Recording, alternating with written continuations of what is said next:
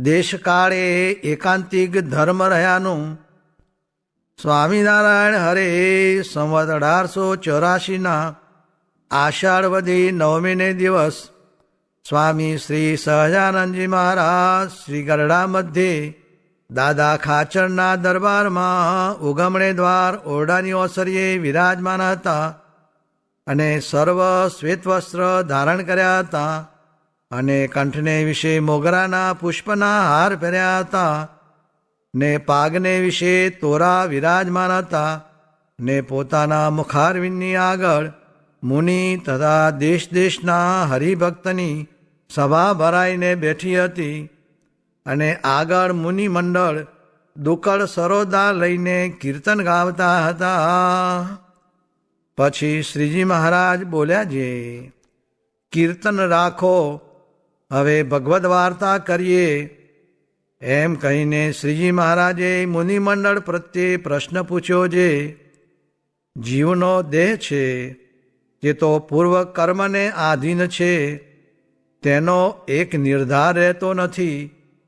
તે ક્યારેક સાજો રહે ને ક્યારેક કર્માધીનપણે કરીને માદો થઈ જાય ને ક્યારેક સ્વતંત્ર વર્તતો હોય ને ક્યારેક પરાધીનપણે થઈ જાય અને ધાર્યું હોય તે ઠેકાણે રહેવાય કે ન જ રહેવાય અને ક્યારેક હરિભક્તના મંડળમાં રહેતા હોઈએ ને કર્મ કે કાળને યોગે કરીને નોખા પડી ગયા ને એકલા જ રહી જવાય.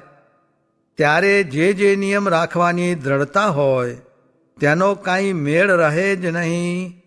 અથવા ઇંગ્રેજ જેવો કોઈક રાજા હોય ને તેણે ક્યાંયક પરવશ રાખ્યા અથવા પોતાના મન ને ઇન્દ્રિયો તે ઇંગ્રેજ જેવા જ છે તેણે જ પરવશ રાખ્યા, ત્યારે જે સંતના મંડળમાં રહેવું ને સત્સંગની મર્યાદા પાળવી તેનો કાંઈ મેળ રહે નહીં.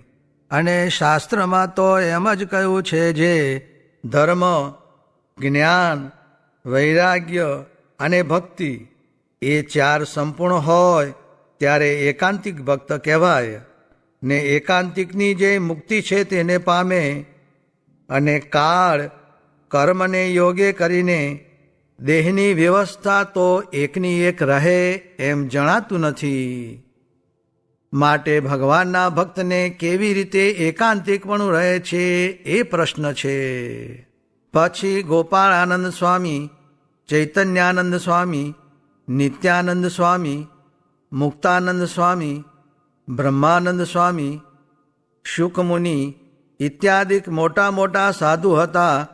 તેમણે જેવું જેને જણાયું તેવો ઉત્તર કર્યો, પણ એ પ્રશ્નનું સમાધાન ન થયું.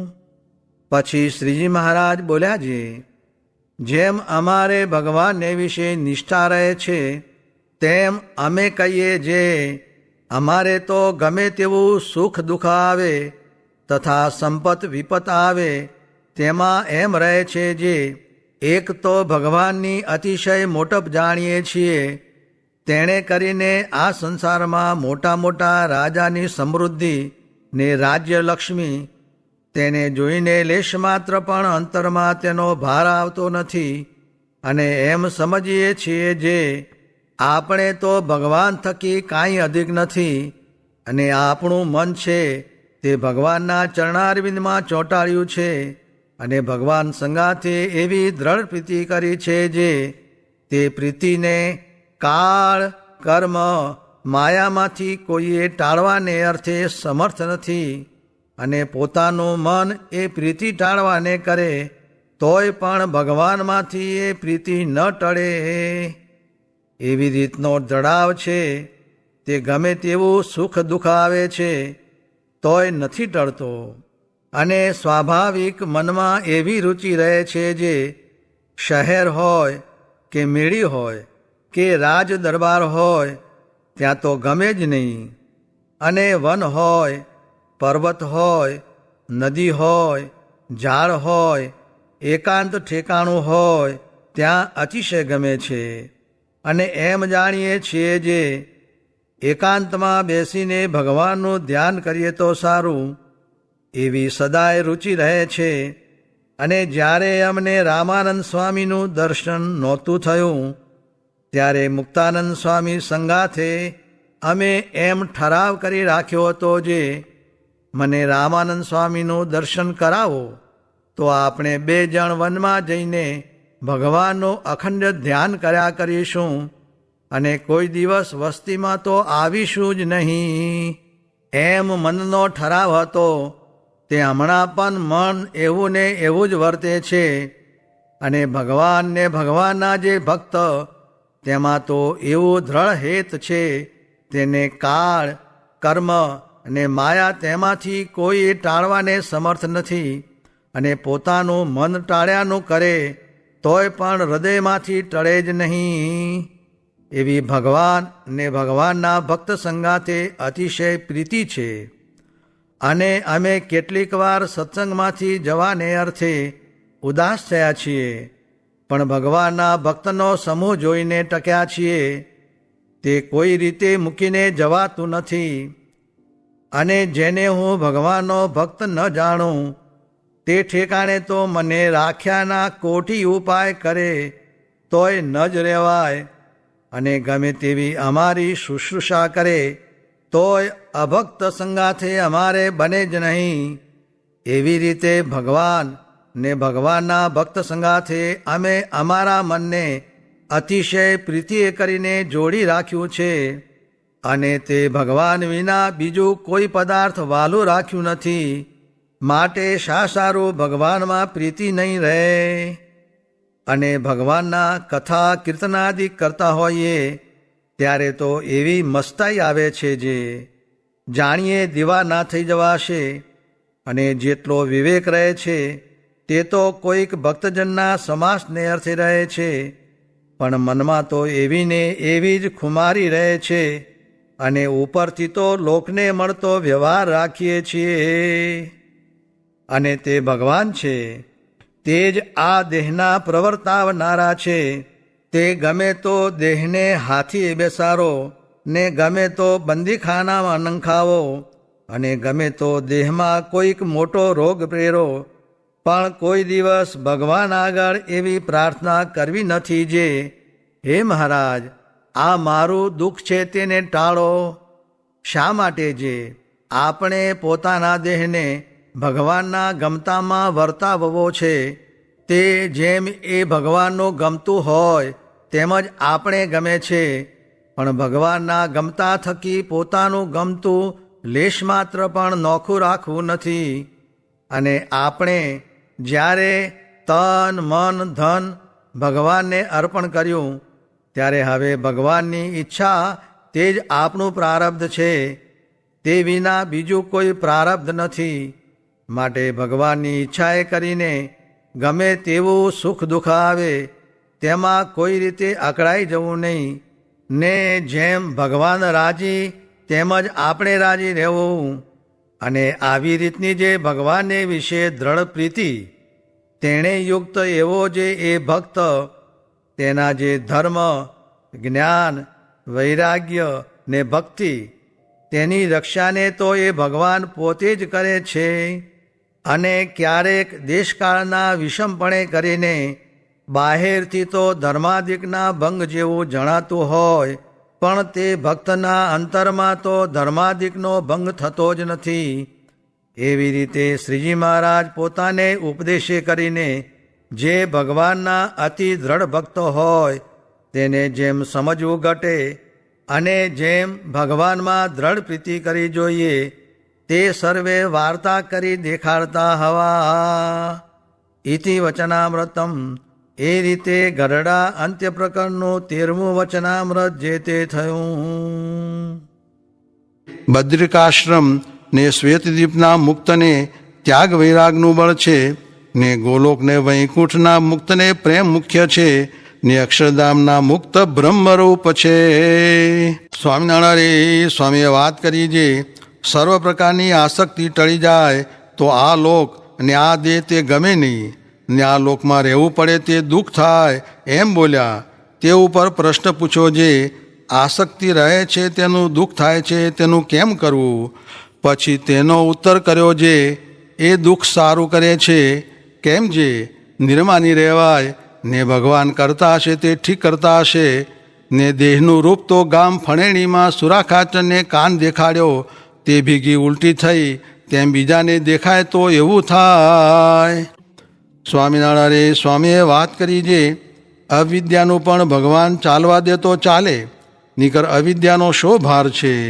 એ તો ભગવાન દ્રષ્ટિ કરે તો ફાટી મરે, માટે એ વાત પણ સમજવી. સ્વામિનારાયણ સ્વામીએ વાત કરી જે પૂર્વે મોટા મોટા થયા તેમાં કોઈકમાં કોઈ પ્રકારનો દોષ હોય પણ તે દોષ કહેવાય નહીં ને તેમાંથી તો જીવ બગડી જાય ને એવી વાતમાં તો શિવજીના આચરણમાંથી ચિત્રકેતુને સંસ્કાર થયા તે ચકલીનું મોર ઢેપલે ને સત્સંગની મોટપ તો નિશ્ચય વળે છે પણ સાધને કરીને નથી. સ્વામિનારાયણ સ્વામીએ વાત કરી જે ગાય છે તે વાછરડાની માં કહેવાય પણ તેને દૂધનું સુખ તો એક જ ઠેકાણે આંચળમાં આવે પણ બીજા અંગમાં ન આવે, તેમ ભક્તિ તો સર્વે કહેવાય પણ ખરું સુખ તો ભગવાનની મૂર્તિમાંથી આવે એવું બીજેથી ન આવે. સ્વામિનારાયણ સ્વામીએ વાત કરી જે હરિશંકરભાઈએ પૂછ્યું છે વળવા નળ અગ્નિ જેવા સાધુ કેમ સમજવા? ત્યારે સ્વામીએ કહ્યું છે સત્સંગી જીવનમાં તેના લક્ષણ કહ્યા છે જે પુષ્પહારાય સર્પાય એવું વર્તે તથા ભગવાનની મૂર્તિને અખંડ ધારે તથા સત્સંગ શબ્દનો અર્થ કર્યો છે તેવા લક્ષણ હોય તથા ઘણાક જીવને ભગવાન ભજાવે ને પોતે શુદ્ધ રહે, લગાર આજ્ઞા લોપે નહીં એવા હોય ને કોઈ તો ઘણાને ભગવાન ભજાવે એવા ભગવાનના બળથી થયા હોય ને પોતે જાતા રહે એવા હોય. તે ગોપાળ સ્વામીને સત્સંગ કરાવ્યો તે ગુરુ પણ જાતા રહ્યા, માટે એમ મોટાઈ સમજવી નહીં. એ તો વ્યવહારિક મોટાઈ છે પણ વચનામૃતમાં મોટાઈ કઈ છે જે ભગવાનનો નિશ્ચય હોય ને આજ્ઞા પાડે એ મોટા છે ને વળવા નળ અગ્નિ જેવા ન હોય તો આટલા બધા માણસને સત્સંગ કરાવે ને પોતે નિર્લેપ કેમ રહે? માટે આપણે મનાય એ કાંઈ મોટા નહીં. મહારાજની આજ્ઞા પ્રમાણે મોટાઈ સમજવી તે 4 પ્રકારના પ્રશ્નમાં બીજાએ ધ્યાનનું કહ્યું ને મહારાજે વાતો કરવાનું કહ્યું. સ્વામિનારાયણ હરે સ્વામીએ વાત કરી છે સ્ત્રી હોય તે સર્વ આપીને ધણી રાખે કારણ કે રંડાબો તો ગાળવો ન પડે. તે ઉપર હરિશંકરભાઈનું દ્રષ્ટાંત દીધું છે સૂતા સૂતા ખાઈને પણ ઘરમાં રહે તો રંડાપો તો ગાળવો ન પડે, તેમ આપણે સર્વે આપીને ભગવાન રાખવા. સ્વામિનારાયણ હરે સ્વામીએ વાત કરી છે મધ્ય પ્રકરણનો 9મો વચનામૃત વાંચવાની આજ્ઞા કરીને બોલ્યા છે. આ વચનામૃતમાં કહ્યું છે તેમ મહારાજને પુરુષોત્તમ જાણશે ને સત્સંગમાંથી નીકળી જશે તો પણ અક્ષરધામમાં જશે ને સત્સંગમાં રહેતો હશે ને ધર્મ પાળતો હશે ને ઉર્ધ્વ રહેતા હશે પણ મહારાજને પુરુષોત્તમ નહીં જાણે તો બીજા લોકમાં જશે. સ્વામિનારાયણ હરે સ્વામીએ વાત કરી છે 71 ચોકડી રાજ કરીને એક ઇન્દ્ર પડે એવા 14 ઇન્દ્ર પડે ત્યારે એક દિવસ વૈરાટ બ્રહ્માનો થયો. તેમાં બ્રહ્મા, વિષ્ણુ ને શિવ એ 3 નાશ થાય, માટે એક અક્ષરધામના ધામી જે પુરુષોત્તમ ભગવાન મળ્યા છે તેનું મહાત્મ્ય સમજીને તેનો જ બ્રહ્મરૂપે કરીને આશરો કરવો ને ત્યાં પૂગવાની રુચિ રાખવી ને એના સાધુને વિશે જીવ બાંધવો. જુઓ ને બીજાએ રાસ કર્યો ને આવા સાધુએ તોડાવ્યો ત્યારે એથી અધિક તો સાધુમાં સામર્થ્ય છે, ત્યારે પુરુષોત્તમની તો વાત જ શી? આ સિદ્ધાંત વાર્તા કહી છે તે જો નહીં સમજાય તો ખોટ રહી જશે ને વાંસેથી પસ્તાવો થશે. સ્વામિનારાયણ હરે સ્વામીએ વાત કરી છે એક પઠાણ જિંજાવદરની સીમમાં આવ્યો ત્યારે તેના મનના સંકલ્પ સર્વે બંધ થઈ ગયા ને અંતરમાં ટાઢું થઈ ગયું. તેથી જાણ્યું જે આ ગામમાં કોઈ મોટા પુરુષ છે. પછી તેણે ગામમાં આવીને અલૈયા ખાચરને પૂછ્યું છે આ ગામમાં કોઈ મોટા પુરુષ છે તેના દર્શન મુને કરાવો. કેમ જે તે મોટા પુરુષે મારું મન ખેંચી લીધું છે. ત્યારે પઠાણને શ્રીજી મહારાજના દર્શન કરાવ્યા. તે દર્શન માત્રે કરીને તે પઠાણને સમાધિ થઈ ગઈ ને અક્ષરધામને વિશે અનંત મુક્તે સેવાતા એવા શ્રીજી મહારાજનું દર્શન થતું હવું. પછી મહારાજ તેને પોતાની દ્રષ્ટિ માત્રે કરીને જગાડતા હવા. પછી તે પઠાણે શ્રીજી મહારાજને પૂછ્યું છે, હે મહારાજ, તમે તો સર્વોપરી ભગવાન છો, માટે તમારા સ્વરૂપનું જ્ઞાન બીજા કોઈને કહું? ત્યારે શ્રીજી મહારાજે કહ્યું છે, તમ જેવા હોય તેને કહેજો. એવી રીતે શ્રીજી મહારાજે પોતાનો અલૌકિક પ્રતાપ દેખાડ્યો.